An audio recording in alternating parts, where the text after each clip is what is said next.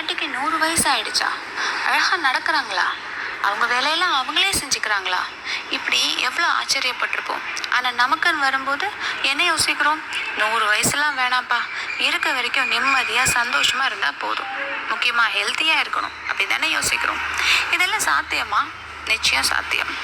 அதை சாத்தியப்படுத்துகிற ஒரு வழிமுறை தான் ஜப்பானியர்களுடைய இச்சிகோ இச்சியே, அதாவது நிகழ்காலத்தில் லயிச்சிருக்கிறது.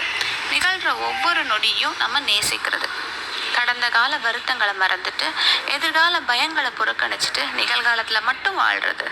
நீங்கள் சுலபமாக சொல்லிட்டீங்க, அது எப்படிங்க சாத்தியம்? எப்பயாவது ஒரு 10 நிமிஷம் ஃப்ரீயாக உட்காந்தா உடனே நமக்கு என்ன வருது? நம்ம இழந்த பழைய விஷயங்கள், நம்ம இழந்த நல்ல வாய்ப்புகள் நம்மளை தூங்க விடாமல் செய்யுது. இல்லைன்னா ஒரு சில நேரம் நம்ம குழந்தைகளை பற்றின எதிர்காலம், நம்ம வாழ்க்கை எப்படி இருக்குமோங்கிற பயம், நம்மளுடைய முதுமை காலம் என்ன ஆகுமோன்ற கவலை, இதுதானே மாற்றி மாற்றி வருது. உண்மையை சொல்ல போனால் நாம் யாருமே நிகழ்காலத்தில் வாழ்கிறது இல்லைங்க. அப்போ இதுக்கு என்னதான் செய்கிறது? அதுக்கான வழி தான் இச்சிகோ இச்சியே.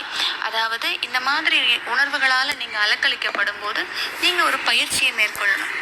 நீங்களே உங்களை திரும்ப அழைச்சிக்கணும், உங்களுடைய பழைய காலத்திலிருந்தும் உங்களுடைய எதிர்கால பயத்திலிருந்தும். இந்த பயிற்சியை நீங்கள் செஞ்சீங்க அப்படின்னா உங்களுடைய நிகழ்காலம் இனிமையானதாக மாறும். உங்கள் வாணிஸ் வாய்ஸுடன். Please subscribe my channel.